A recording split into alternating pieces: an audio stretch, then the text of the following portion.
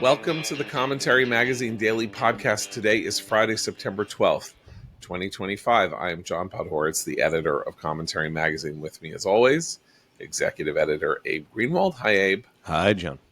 Senior editor Seth Mandel. Hi, Seth. Hi, John. And social commentary columnist Christine Rosen. Hi, Christine. Hi, John. Just in, and let us pray this is true, Donald Trump told Fox and Friends just now that there's a high degree of certainty that the assassin of Charlie Kirk is in custody, that it appears that he acted alone, thus ending, if true, the weird speculation that he helped trigger in his speech to the nation, or his whatever that was, his statement after Kirk's assassination, that they would go after networks that might have been involved in this, and also that someone close to him, the alleged assassin, turned him in. So that's where we are, as we're talking now at around 8:30 Eastern time on Friday, and let us hope that all of this is the case, and that at least this period of uncertainty about where the shooter might be and whether he might get away is at an end. I wanted to touch on something that came up. I was on Mark Halperin's two-way last night, and a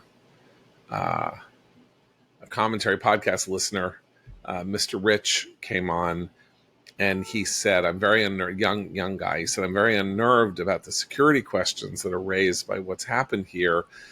Like, if Charlie Kirk is a target, like, what's to keep somebody from barging in on a Republican Party meeting, it's somewhere here where I live in Kentucky, and just shooting up the room?" And as he said that, I was seized with the thought that once again, as in throughout history, Jews are the canary in the coal mine here. That what Mr. Rich saw or feared is exactly the kind of thing that has been happening to Jews and in the Jewish community very much since October 7th, but also in the preceding 7 or 8 years before October 7th here in the United States. Gunmen storming the Tree of Life Synagogue, the Poway Chabad House. I was thinking of events like the kosher supermarket in Paterson, New Jersey, and then the incident that really came to mind, which is this home in Muncie, New York, where very Orthodox people live. That somebody came into somebody's house with a machete because it was a house full of Jews to try to kill people.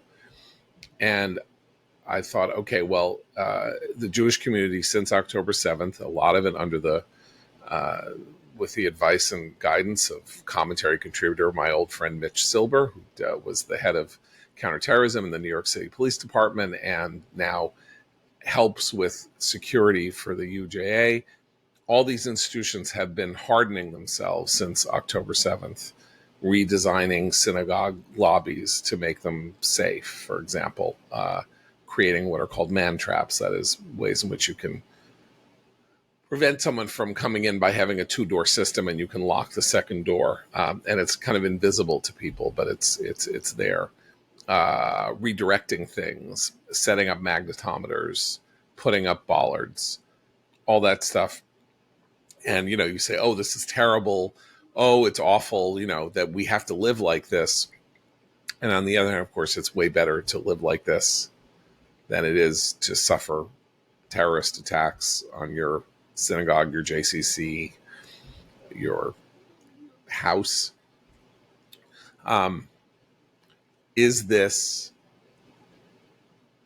now going to be it's not just going to be like office buildings in New York after September 11th, or office buildings all over the country after September 11th. this notion that we've triggered or entering a period in which people need to worry about security in places that they it wouldn't ever even have occurred to them that they needed to worry about security in. Well, I mean, to me, it's about what it says about a society that starts to turn on its Jews, and why that means problems ahead for everyone else in that society. Why that sets a society on course to ruin. Because when people turn on their Jews, it means that they have become paranoid. They're looking for scapegoats for failure, and they have gotten used to the idea of dehumanizing others. And that, so it's, in that sense, it's the anti-Semitism and the violent anti-Semitism is the symptom of this larger malady that now is manifesting in all these other florid ways. The dehumanization point is crucial to understand, because it doesn't just express itself in these horrific death threats and, as you say, these actual attacks, physical attacks on Jews and Jewish institutions. I think what's also been really disturbing, particularly since October 7th, but this was building before that as well, is the kind of low-level harassment of anyone who's visibly Jewish, wearing a kippah or any other visible signs of their faith, or of Jewish institutions that aren't religious, say like a kosher market, or at any place where it's assumed the owners of a Jewish restaurant or Jewish owners of a restaurant that isn't a Jewish restaurant, just people find out. And I was really disturbed this week to see in London, this isn't just happening here, but all over the supposedly civilized Western world, there's been this spate of someone smearing feces all over various Jewish institutions, and they know who the person is. They have caught them on camera because of all of these security measures that they've taken before. And there's really not much happening to that person. There's not any sort of justice being meted out. And I think we saw this on campus post October 7th, where Jewish students were being even low level harassed. They would go to the authorities and say, look, this is bad. You have to do something. And there was sort of a shrug. It's like, well, maybe just don't wear the kippah, or maybe it's you who brought this on yourselves by going to this group activity on the Sabbath. That attitude is new. I mean, it's not a new attitude, but the acceptance of that as a response to this sort of low-level and actively violent harassment is unacceptable, should be unacceptable in a free society. And I think younger generations are going to have to be taught this lesson again by those of us who have perhaps taken for granted that it was a lesson learned. We see that in the polls that show a huge generational divide among those who think violence is an acceptable form of expression of their beliefs. That is really worrisome. It makes me think of after the shooting outside the Jewish Museum, the Capitol Jewish Museum in Washington. There was a lot of media focus in the area. I live not far from there. I live, in Montgomery County, and so in Maryland, and so it's not far. And a lot of Jews live, over the border, not in DC itself. A lot of the shuls are just over the border, not in DC itself, etc. So a lot of the attention ends up sort of coming back on Maryland when something happens in DC. And somebody saw somebody across the street from a synagogue that I used to attend with a tripod camera and, looking through it and taking pictures and stuff like that. And they alerted people. Somebody called the cops. They alerted on WhatsApp groups. There was all this. That was considered very suspicious behavior. It turned out to be a cameraman getting B-roll for their broadcast. Here's a few seconds of the front of a shul in Maryland or whatever. Or when they, I'm sure they said something about the shul, and so there. But in the Jewish community, somebody standing across the street from a shul with a tripod taking pictures or video of the shul when nothing's going on at the shul especially is highly suspect. And so I feel like that's one of the things that's catching on, which is this idea that, we used to joke about if you see something, say something. But for Jews, there's a lot of behavior that can be suspicious seeming or off-putting or whatever simply because it's directed at a Jewish institution that is Right. not interpreted that way when it's not directed at a Jewish institution. And I think the general public is starting to have that kind of spidey sense. Like, wait a second, why is that guy, in the second floor, the third floor of a building over there when the speech is happening on the field Yeah. here? Should I call a cop because I see someone in a classroom up there alone? That sort of thing. Right. Well, that I think it goes to Abe's point about what happens when you depersonalize the Jews in your community. The depersonalization will not end there. The issue is the depersonalization, not the Jew. It's not the existence of Jews in your area. It's the famous question of why it was that polling in the 1990s and 2000s in Poland showed a high degree of anti-Semitism in a place where there were no Jews left. Country was 3% Jewish. It had been 15% Jewish or something like that before the Holocaust, and yet there it was. The presence or non-presence of Jews does not itself indicate the degree of anti-Semitism that a country is going to express. Obviously, there are no Jews left in Arab countries anywhere practically, and there they are, fundaments of anti-Semitism. So why is this? And I just want to say, and that's a perfect example of how much it's held them back, right? Like, because if you're so stuck in blaming people for your predicament, you're never get anywhere near fixing yourself. I mean, that's the issue.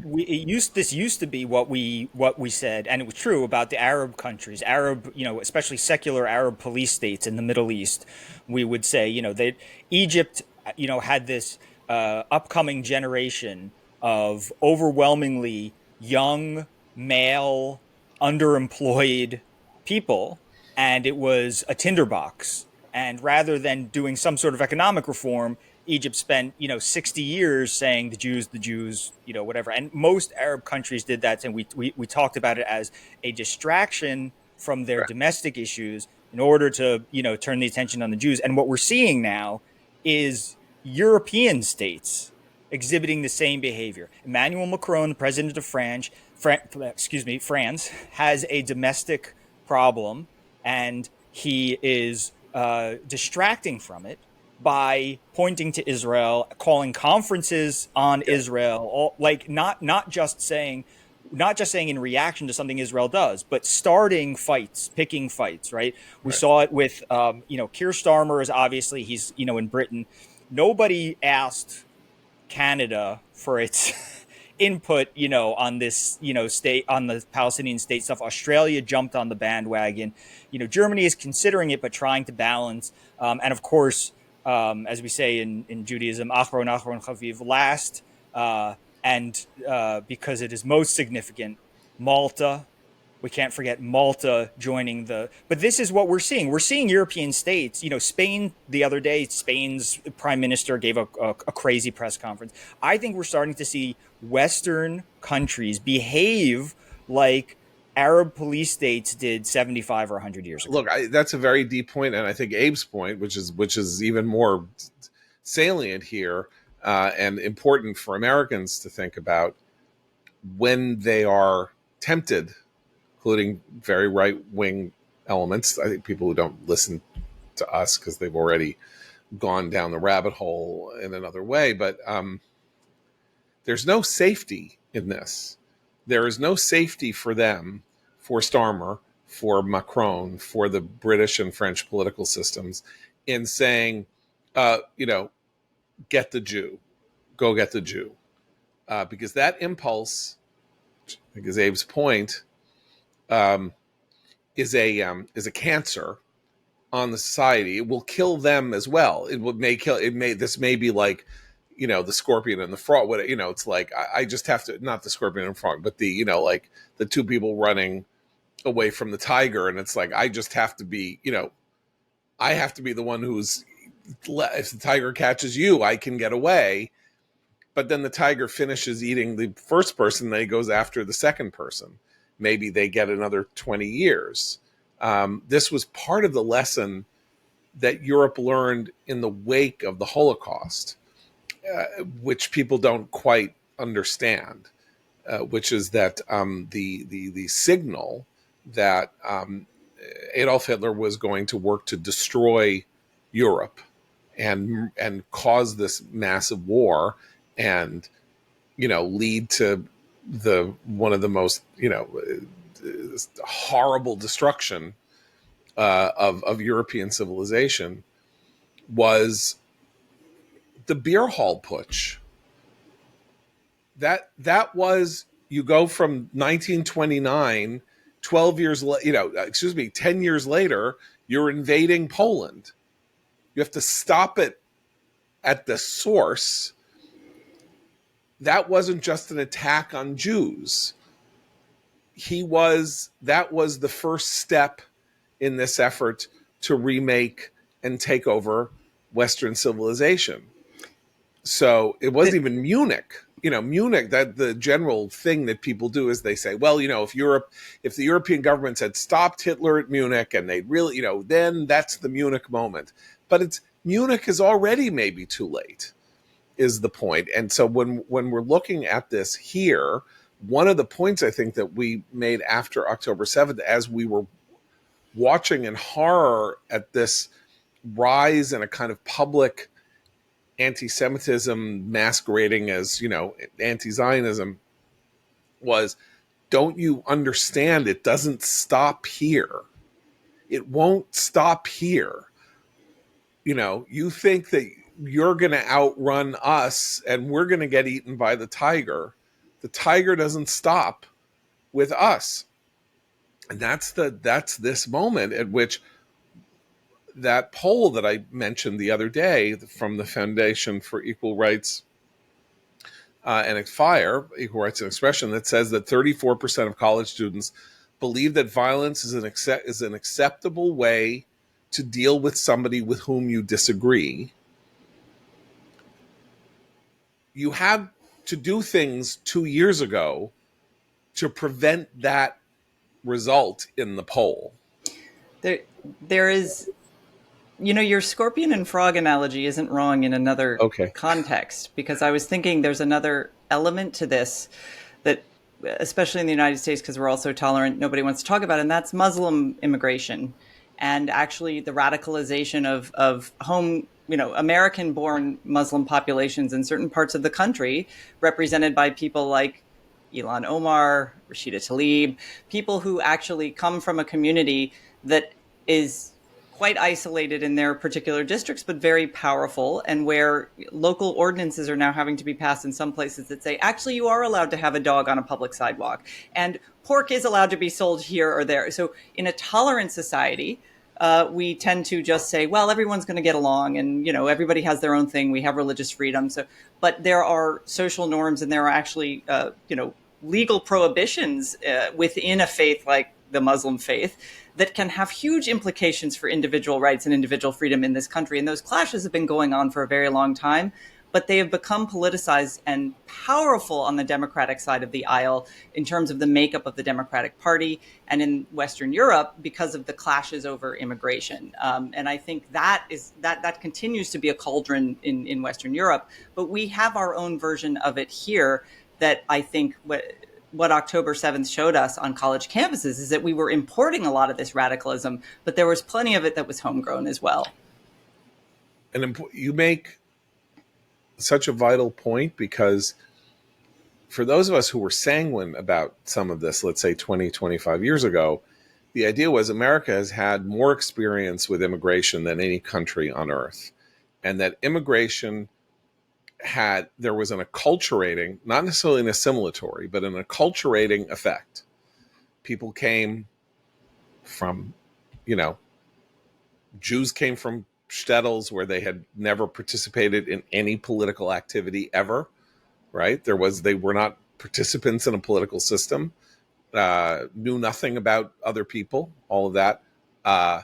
Italians, Irish, this massive immigration in the 19th century, Um, and that the American idea, or what it was to be an American, or how America conducted itself, changed them, and that it was they landed in this, you know, melting pot, and or this soup, let's say, and they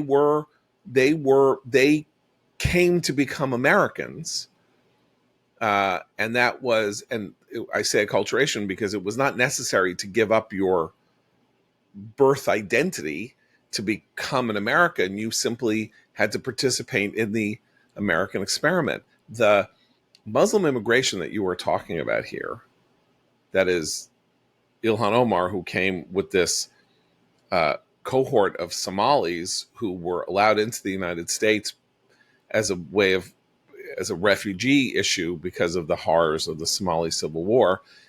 They arrived here when multiculturalism had already sunk all of its roots into progressive opinion, not only on campuses, but in, you know, in the more progressive reaches of the Democratic Party and that sort of thing. And they were not acculturated. We have Somali people who have been elected from that cohort, not just Ilhan Omar, but there's a state representative in Maine and stuff like that. And they say things like, I am here to serve my country, Somalia. Now, you become a U.S. citizen, you swear your oath and fidelity and allegiance to the government of the United States. But that is no longer saying I serve Somalia would once have been enough, not only to, you know, make sure that you weren't elected to the state Senate in Maine, but might get you deported. Well, and their children might get you deported because you had announced that your allegiance was no longer was never to the United States. And this is a multi-generational thing. Ilhan Omar's daughter at Barnard was one of the most vigorous anti-Semitic, outspoken post-October 7th protesters on that campus, and her mother was very proud of her. I mean, these are it's several generations right. now. It's not just in right. So, the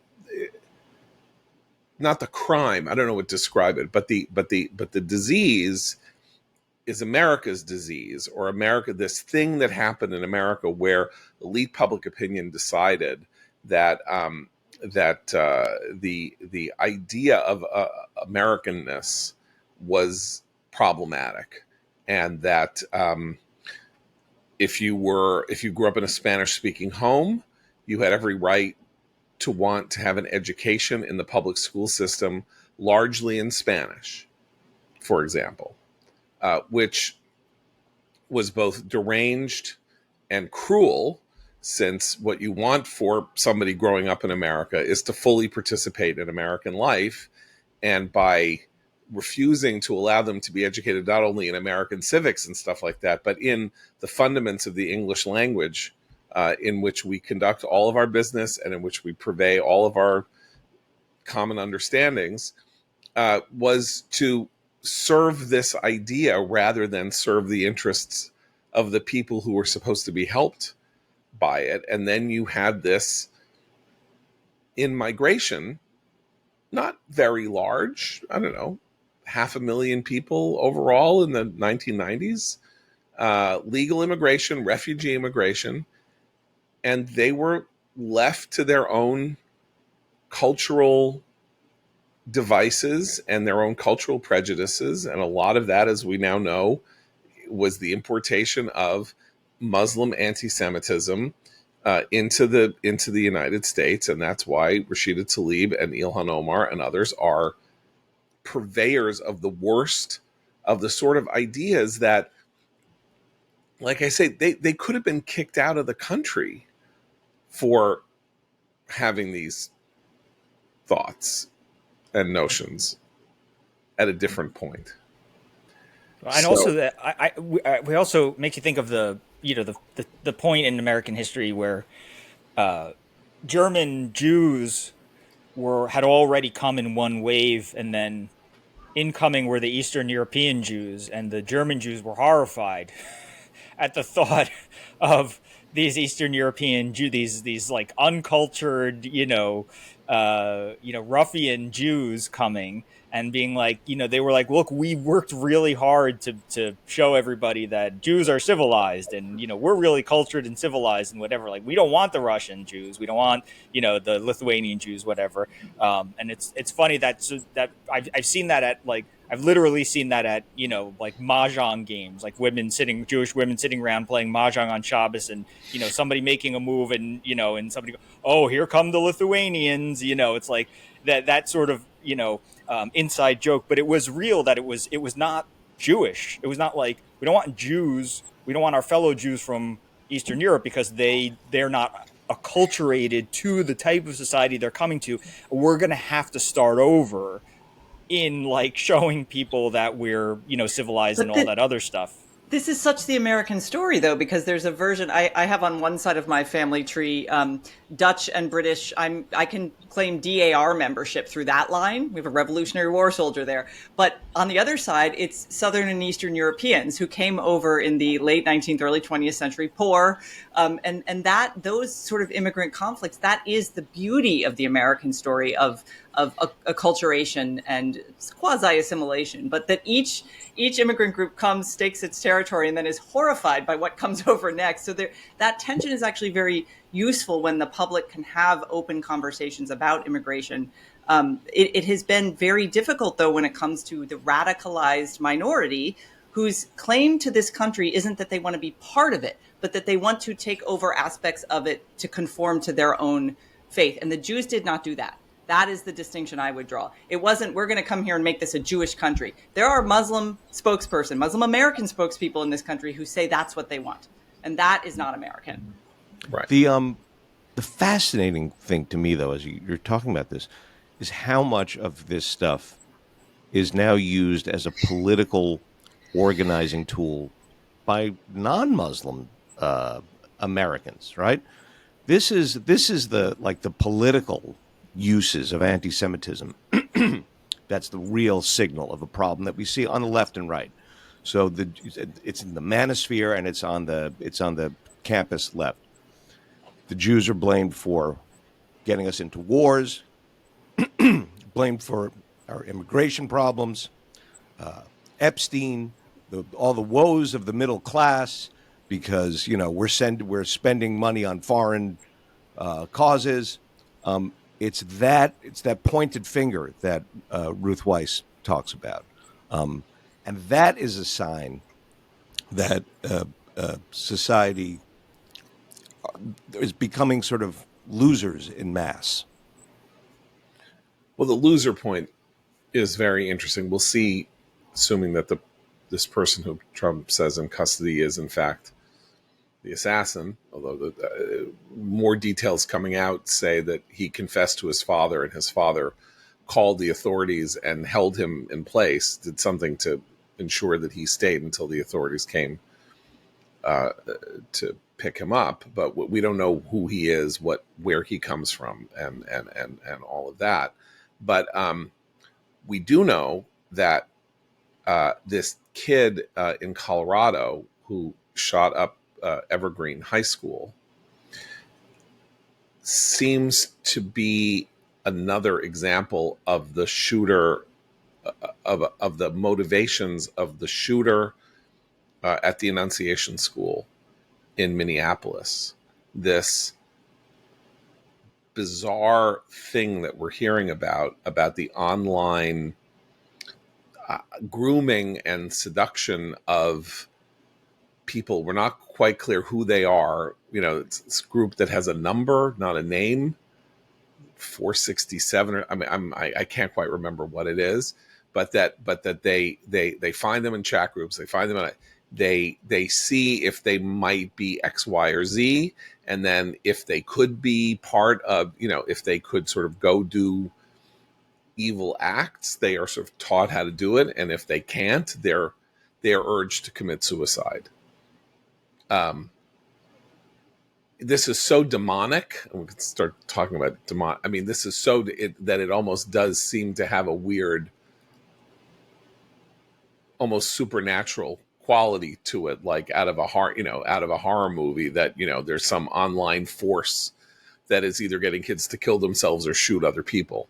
It seems to be real. It doesn't seem to be some, FBI, profiler fantasy or something like that. But that is a loser society. That is, we literally are raising a generation of people for whom this, even though it's obviously a tiny, tiny, tiny group of people, and you don't want to, extrapolate to the whole, but that this is even in existence or thinkable or possible is, cancer only starts as a few cells in a billion-celled body, and one cancer cell can kill you. But if you're not careful. That's the through line, I think, we joke about our crushing morosity. But this is nihilism. And there is a through line to the idea that the way to deal with conflict or disagreement is violence. The way to deal with feeling like a loser in society is to lash out and kill others or yourself, because there's no hope. It's hopelessness. And I think that is the concern, particularly among a younger generation. And it's a lot of it is the online world is implicated in much of that. But a lot of the people who end up in that toxic brew online sought it out because they weren't getting what they needed in the real world. And I think that's part of the way our politics, to the earlier point Abe was making about it being the anti-Semitism being a useful political tool. There's a way in which politicians on both sides of the aisle use that as a tool for their own benefit, but to the detriment of our culture. You said hopelessness, and for some reason then I heard it as you were speaking as helplessness. A little bit of both. Then that reminded me of the revolution in psychological thinking in the United States in the 1980s and 1990s, led by Martin Seligman, the psychologist who wrote a landmark book called Learned Helplessness. And his idea was that depression, anxiety, certain types of individual responses to real world pressures and difficulties was what he called learned helplessness, which is the idea that you don't have agency, that you can't fix what's wrong with you, that you can't. I think that's why men don't load dishwashers well. But anyway, go on. Okay. Yes. Well, I'm kidding. I will dispute that. I am superb at loading the dishwasher. I will not be defamed. There is, by the way, there is the classic episode of Everybody Loves Raymond that deals with learned helplessness in the home this way, and that is that he gets something wrong on a wedding invitation or whatever, they're renewing their vows, whatever it is, the fancy invitation, and so he is taken off the project. Yes. And they discover that it was a strategic move so that he's not trusted with doing things making envelopes. And then the whole episode goes on that way with like the things that men do, and then it turns out when they want to watch the video of their first wedding, that it was used a VCR tape taped over a very important game for Ray, who is a sports writer. And it turns out that his wife had badly messed up recording something for Ray so that she would not be trusted to record sporting events again in the future. Okay. So that is learned helpfulness in the guise of learned helplessness, right? But the point about learned helplessness is that it's a result of events over time in a person's life or a kid's life where they are denied agency, or they don't think that they're not allowed to do things on their own or something like that, and then they think they don't have the capacity to. And this is what gave rise really to what we call cognitive behavioral therapy, which is basically, rather than investigate the causes of the anxieties and neuroses through deep self-examination, do things even if you don't want to, program it. If you have thoughts that deny you agency, reframe them to say, I can go on this walk, I can go to the gym, as opposed to I just can't. Like, that this is all something that is inside a person's body, inside a person. It's a distorted view of what you are capable of doing and learned. But here's the flip side of learned helplessness and cognitive behavioral therapy. What if the answer isn't improve yourself through these actions, but you don't have agency? Maybe you should go shoot Charlie Kirk. I mean, I'm not saying that the cognitive behavioral therapy model leads people to psychopathy. No, but you're right. It's like the flip side of snowflakeism is to go out and kill the person who is saying the thing you just can't take. If I mean, I saw there's so many of these floating around social media, and in some sense I feel bad, but I assume that the teenage girl recorded it herself. That's what it looks like. There's a clip of a girl talking to her father about Charlie Kirk's assassination, and he just says, "What do you think?" And she says, "Well, he said horrible things, so yeah, I don't care. He deserves to die." And she's got the nose ring, and she got this ring and that thing, and he's saying, "Well, that's terrible. People don't deserve to die for their thoughts." She goes, "Yeah, they do. I'm sorry. If you go around, if he doesn't believe that his daughter has a right to an abortion, he should die." And that's exactly what you're talking about. That's right. The snowflake who's totally indifferent to the murder of the person who is disturbing their reality. Well, okay, let's talk about, for example, the moment that may have proved to have been a hinge point in the history of American media, which was the Tom Cotton op-ed in the New York Times, commissioned and edited by Adam Rubinstein and overseen by Barry Weiss, right, that led to this revolt inside the New York Times. Tom Cotton said, we need to deploy, right, the National Guard to Lafayette Park to deal with this, to deal with these riots that are going on, or after, I think it was George Floyd. Okay.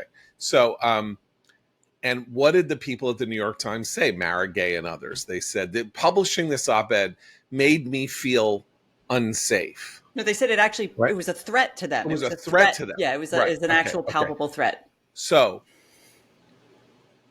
in the world of this kind of progressive opinion, if you take it seriously that they thought it was a threat, which I don't really, but it will follow the logic. And this was true throughout the teens when people talked about debates on campus and what was triggering and safe spaces and how to have difficult conversations and what you could and could not say, and being hauled into star chambers when you were accused of having said something in a class that made somebody feel unsafe.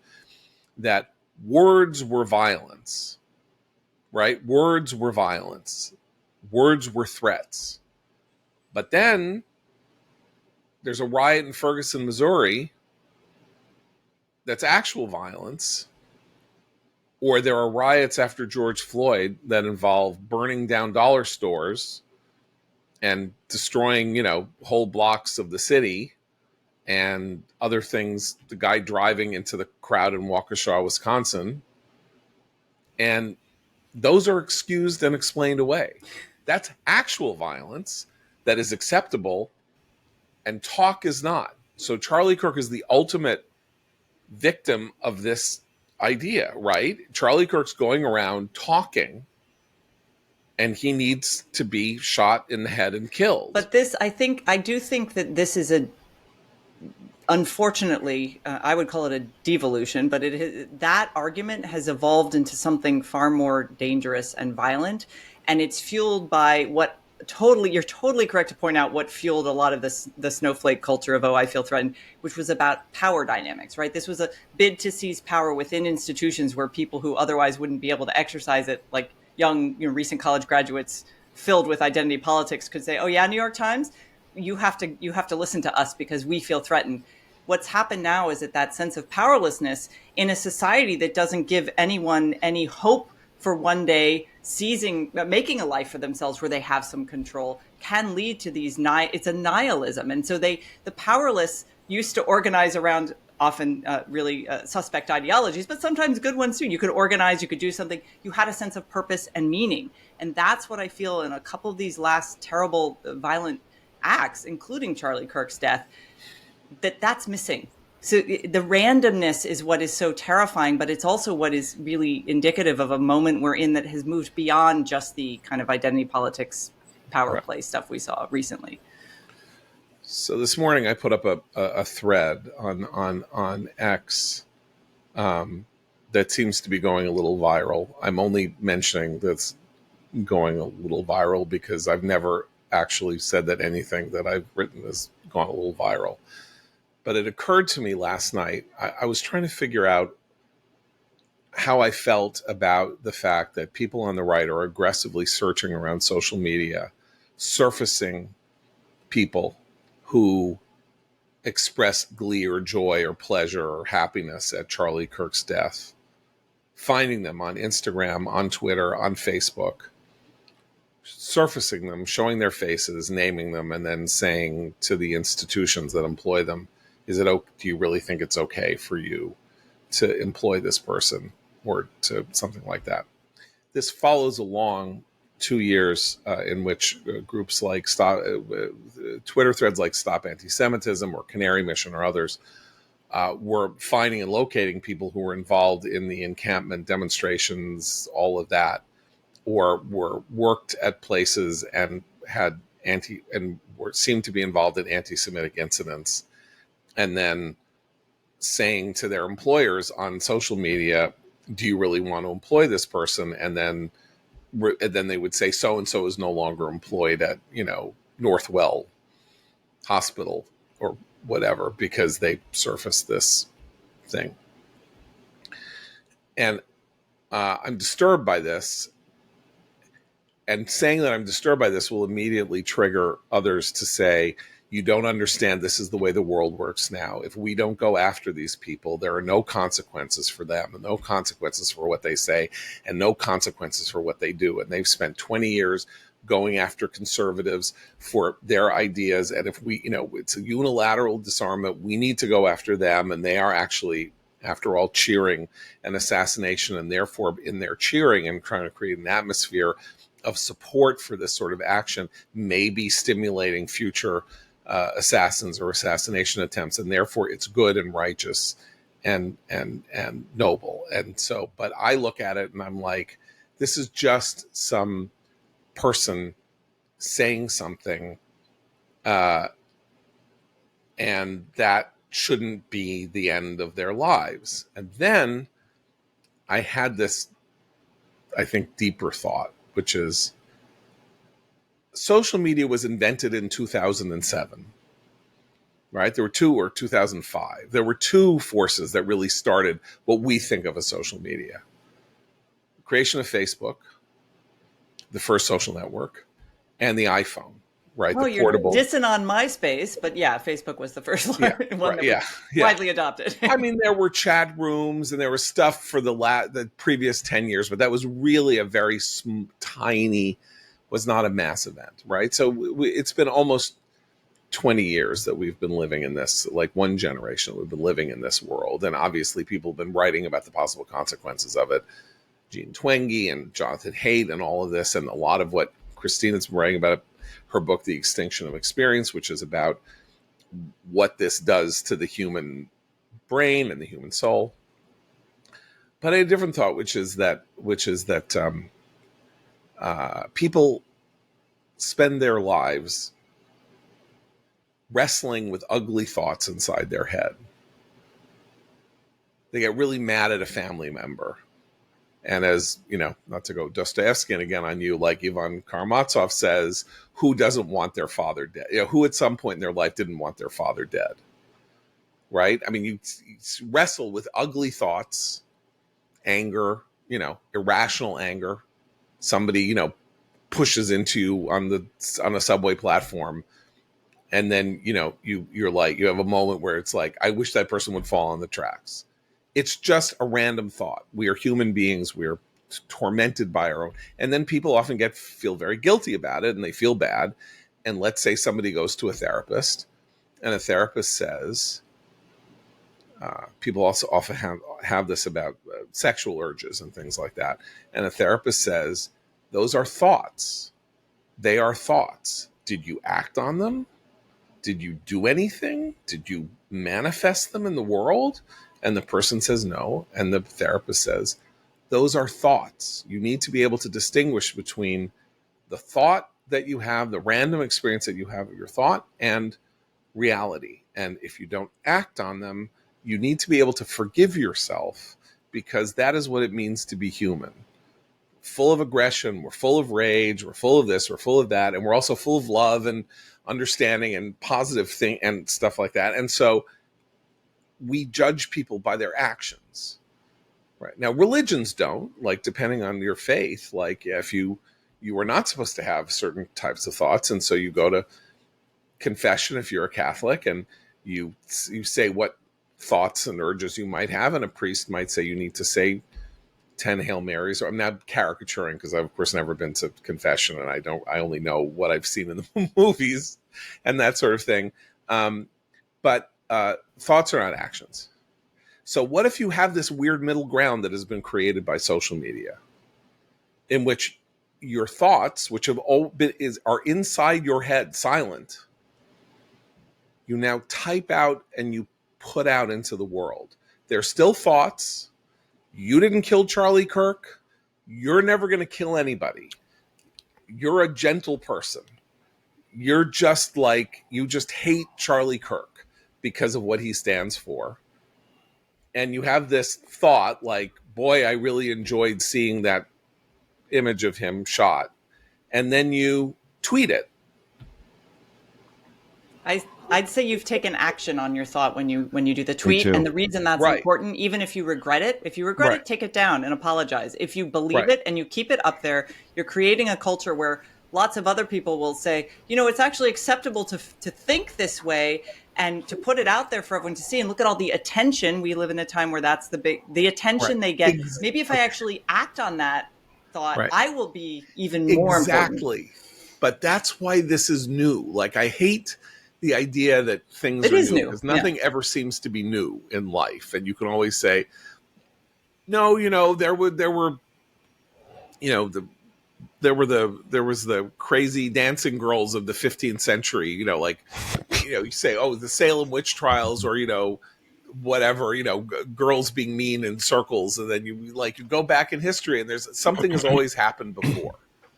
But there was no way for this to happen until this weird amalgam not at this of scale. These websites. Not at this scale. Not at this scale. So how would I know, as I saw last night, that there's this guy who works in a lab at MIT who was like, boy, watching Charlie Kirk die is like better than my taking bupropion, which is Wellbutrin, which is a antidepressant. And I thought it was a very telling way to describe it, because obviously he's saying I'm depressed or I'm anxious and I take an antidepressant, and so but this was better for me. I wouldn't know who that guy was 25 years ago. I never would have seen him. I never would have heard. Whatever was going through his head would have had no effect on me, right? It would have meant nothing to me. There are people walking by me on the street. Who knows what's going through their head? It could be terrifying, but it's in their heads and it's not externalized. Now, those ideas are weirdly externalized, can be externalized. Some weird middle ground between thoughts that are in your head and action that is taken by an assassin. Yeah. And that's new. And I don't know that we can survive this. I'm serious. Like, I don't know how this unmediated thing that can trigger, as you just said, Christine, can trigger a world in which people go, yeah, I'm going to get a lot of praise from people who work in labs at MIT if I just shoot somebody that we all don't like. So, there's a lot of talk about how after years of denouncing left-wing cancel culture, the right is now adopted cancel culture. And that's bad. And I agree with much of that criticism. It is bad. But I think there's a very important distinction. I think it's bad to cancel someone, to ruin someone's life because they give voice to something you disagree with, or they give voice to something that's kind of this is what was happening during the sort of woke revolution. You give voice to what everyone accepts as a sort of common understanding of something, but in the last 5 minutes became a racist pronouncement, right? I don't think it's cancel culture when you say, hey, this guy is applauding, supporting murder. This woman is applauding and supporting bigotry and anti-Semitism. That's not cancel culture. That's like doing the after the fact cleanup job on internet community that doesn't happen the way it does in the real world community, where if someone said that, they wouldn't make it into your community. But on the internet, you could say whatever you want. So now you have to go and find the people who got in and point them out. Or if they said it at a staff meeting around face to face with all their peers Right. and superiors, they would immediately be hauled into HR and likely fired. I mean, Yeah. yeah. But they wouldn't. And the other thing that this does in the social media thing is that because of the way it affects the algorithm, it affects your perception of the world around you, right? And so it's very easy to, right, you see that statement and you see somebody pointing out the statement. You then interact with both those people, whether it's to say you shouldn't cancel this person or whether it's to say, wow, this person is evil or whatever. More of it then gets shoveled at you because you've interacted with it, and your interaction, because it's an interaction and the way the algorithm does, goes farther, right? It spurs people to talk to each other about the most controversial things, and this is what happens. And it's very easy after an hour of that to say, wow, this is a sick world. And it may be, it may not be, but that's where we get into, how much of this is, how much of the population is really like this, and how much is my algorithm like this, and how to tell the difference between the two. Like I made a comment the other day after Kirk was shot and all these statements came out. Later that evening, I tweeted that I thought the general tenor of the public handling of this was pretty decent.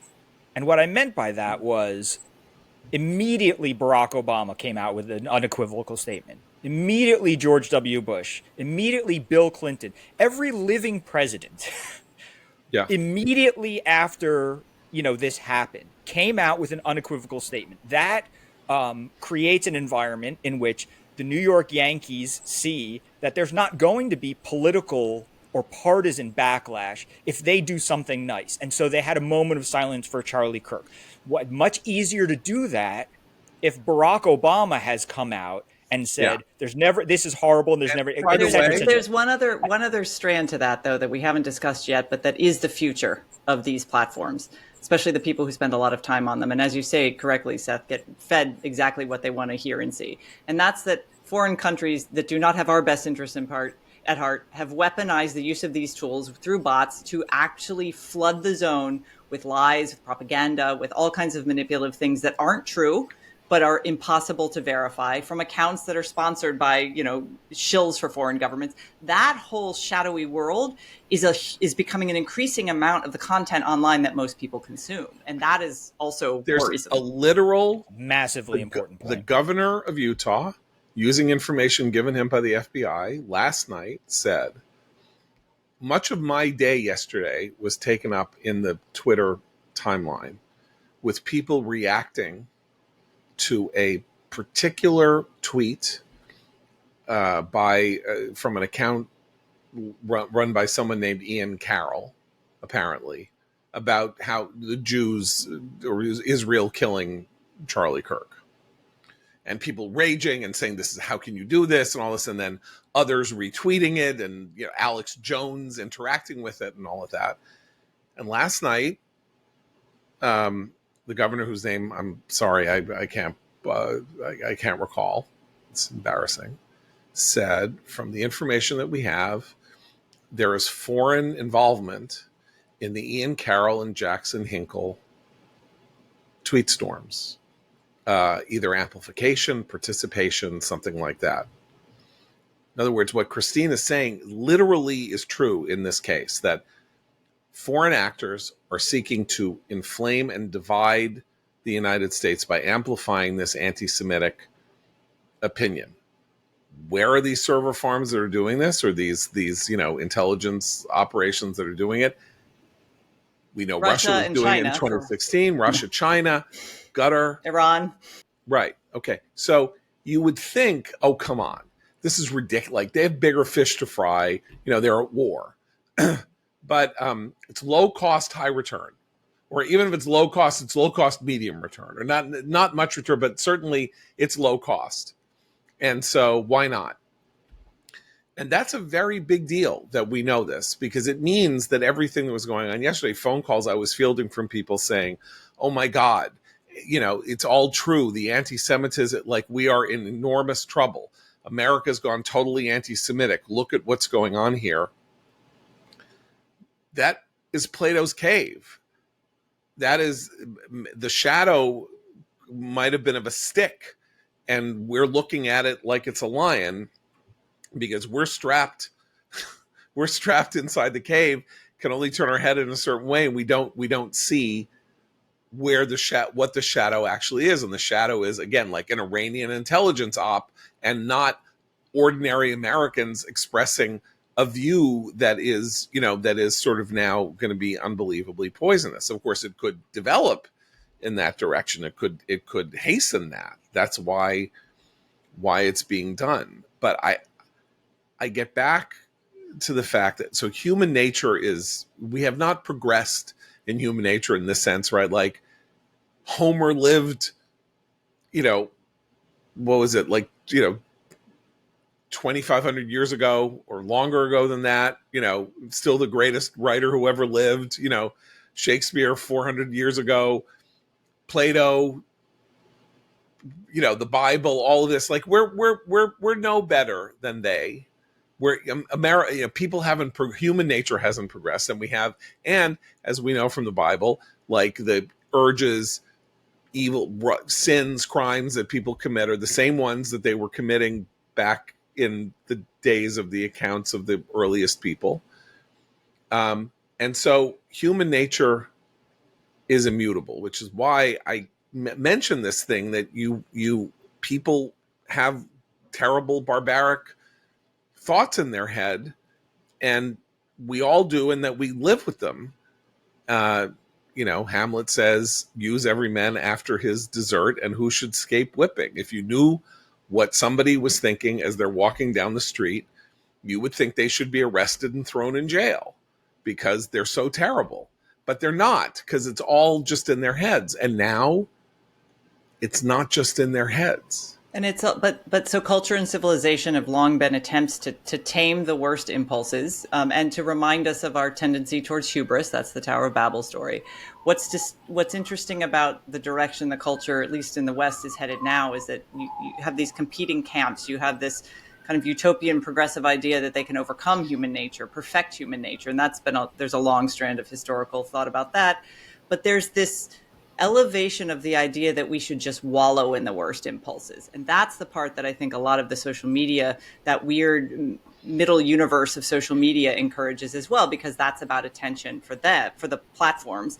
But for people, there is a strange desire to just accept that we're terrible and to just, wallow in it and to indulge that. And I think that's where our culture is failing, particularly young people today, by saying, the system is broken, nothing works, and that's the nihilism. I know I keep using that word, but it really, each week... So Abe said loser. Abe kept using the word loser. So it's like, in reverse, talk about sort of not Nietzschean agency or whatever. So you have the kind of the popularization of, like, vulgar Nietzscheism in the work of Ayn Rand, right? And so the genius of Ayn Rand's work, or, in Atlas Shrugged, is... The theme of Atlas Shrugged is that guy who was sweeping the the train station that you're in. He is actually the world's foremost physicist. But he has decided that he will no longer participate in this corrupt and barbaric and evil and unjust society that is crushing him and not allowing him to be heralded as the genius he is. So he's withdrawn. And until you build him a city behind a cloud where he and all the other geniuses can live together in bizarre utopian harmony, our society is going to degrade and collapse. One of the reasons that book is so incredibly tempting and thrilling to teenage boys and has been for 70 years is that it's like, are you a weird 15-year-old who has trouble making friends? You know what? Somewhere there's going to be a city behind a cloud where you and your cohort, where you're not a loser, you're actually a winner, and you are. And so that's the secret: is to be a loser is to be a winner. To be on the outs is to be in the vanguard. And it's very tempting, and and as I say, now we have this weird world in which, loserdom or nihilism, more philosophically understood, has this outlet that has this corrosive, contagious, cancerous effect. A positive feedback loop if you're in it. Yeah. So, and well, it's what you would, if Twitter didn't exist, we would be seeing episodes of Black Mirror with Twitter, right? That's the thing. The sort of dystopian way of having people's minds just flow out into the universe where everybody can see it is an almost creepy idea. But I spend a lot of my day on, it's so normalized, and it's so it's also how you use it and all the other stuff, blah blah blah. But Twitter is one of those things that would be featured in science fiction if it didn't yet exist. And now that it exists, the things we see in science fiction are just like more advanced versions of those, right? Different types of mind reading or something like that. Right. But it is the type of thing that we fear coming along, and then it becomes, well, that's normal, we have that. The thing we really fear is that, and 7 years later that arrives on the scene, and it's hard to know how to draw lines if you even want to. 20 years ago, no normal person had an alias for any part of their life, right? You weren't Abe here and then XPO killer over there. Let's say 30 years. Yeah, because blogging started, interestingly enough, almost like 19th century novel writing started, where everybody had a handle or a pseudonym. But say 23 years. 30 years, fine. Yeah. And now there are, I don't know, really so many people who spend most of their day as their alias, right? Behind these fake names, pictures. I'm sorry, this is going to offend a lot of people. I look at each one of those, especially when they bother me, and every time I think, that's sad. That's a loser. I mean, that's a sign of a loser. If you can't be you in the world, you have to hide behind a different name thing. That's sad. You've come to a bad place. But this is okay. So Robert J. Lifton recently died. He said this idea of the protean self was something he coined in the late 20th century, which I think has a lot of application to what you're saying, Abe.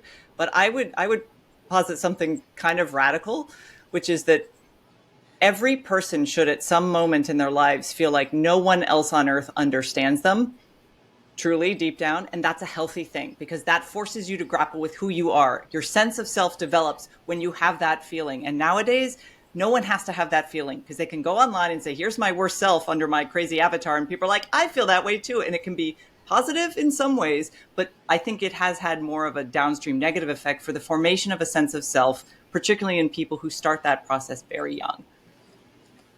That's an interesting observation, because I would have thought we all have kids. I mean, those of us who have kids have had the experience of having a conversation with a kid in some deep distress, and they say to you, you don't understand, you know, somebody broke their heart, they were deeply offended, you know, friend ghosts them, something like that. And then you say, I know, I've been there, you know, really everybody goes through that. And that can be very enraging to the teenager you're interacting with, because it seems like you're belittling or downgrading or saying, I did it. Yeah, you won't even remember. The hell with it. You don't really feel pain. You know, we all feel the same pain. Now, you think that's like human, right, to echo it. But maybe if you're doing it face to face, or, you know, like you're trying to provide empathy when somebody is actually, what they're really looking for is, you're right, everything is terrible, life is awful, and you don't say that, they don't get what they want in the feedback loop. But they can find that in the feedback loop online, because everybody you're interacting with isn't really real. I mean, they're real. They're obviously real, but they're not people that you're dealing with. They're not accountable for what they're putting out there when they can hide behind a screen. Right. Yeah. Anyway, that's also a point about the costuming that Abe's making too. I think, you know, it's like we had dinner guests a couple weeks ago, and when they came in, 3 of my children were wearing capes and masks because they had gotten PJ Masks costumes. It's a cartoon about 6-year-old heroes, and so, you know, they were running around saying, I'm Catboy, I'm Gecko, you know, I'm Owlette, and not, you know, I'm whatever, and saying their names. And there's and I think about that when I hear Abe describe what he's describing, because, you know, there was a study a while ago where minority kids did better when they were in a superhero costume in school. They actually did the study because it had to do with their confidence, right? Their confidence and their place in the world and whatever. They actually were higher achieving during the study when they wore a Batman costume, let's say, when they didn't. And I think, you know, what I think of when Abe says that is that you reach a point at which that's not the way to feel better, right? I mean, what we're dealing with is adults doing that, right? And we sometimes do that for kids who are developing. We want them to develop self-esteem. We want them to develop confidence, and we want them to develop, you know, the ability to do things, you know, without asking for help and stuff like that. And somehow we've gotten to a point where a large segment of society needs, you know, a mask and a cape in order to feel like they are capable. And that is something that used to be confined to childhood, and we've just, you know, there's a perpetual childhood angle to this too, I guess, is what I'm saying. Something, you know, an arrested development. It's a great society-wide arrested development. That's a great way to put it. And I also just want to say, again, thinking about it now, I was a little too harsh. There are certain sticky circumstances where you don't want to give your name because it might do someone else harm or something like that. So yeah. Well, one of the reasons that, as I said, the original bloggers in the world, you know, from Instapundit to all kinds of people, did not use their own names was that they often had careers elsewhere, and they were writing personal things, and they didn't want the people that they worked with, not Instapundit, but was a law professor, but you know, they wouldn't want people to know what was going on with them, but they were doing confessional blogs or something like that. And there are still bloggers around that whose identities we don't know. You know, I knew Alapundit for 15 years, and I had no idea who he was. Now we know, because he works for the Dispatch, that he's Nick Catoggio, but like, he literally would not tell anybody who he was because he had other work and he didn't want to get in trouble at work. So I have no problem with that. And also because he's a Jets fan. Well, that, you know what, we should, yes. As a fellow, I say that as a fellow Jets fan, just to be clear. That's right. As a fellow Jets fan. Yes, I understand. Right. Okay, I want to make a recommendation. I thought about this because of what we're talking about here, in line with Christine's extinction of experience. This is a really remarkable near future dystopian detective sci-fi, not sci-fi, but it is a novel set in San Francisco in the near future, and it's called The Night Market, and its author is Jonathan Moore, published in 2017.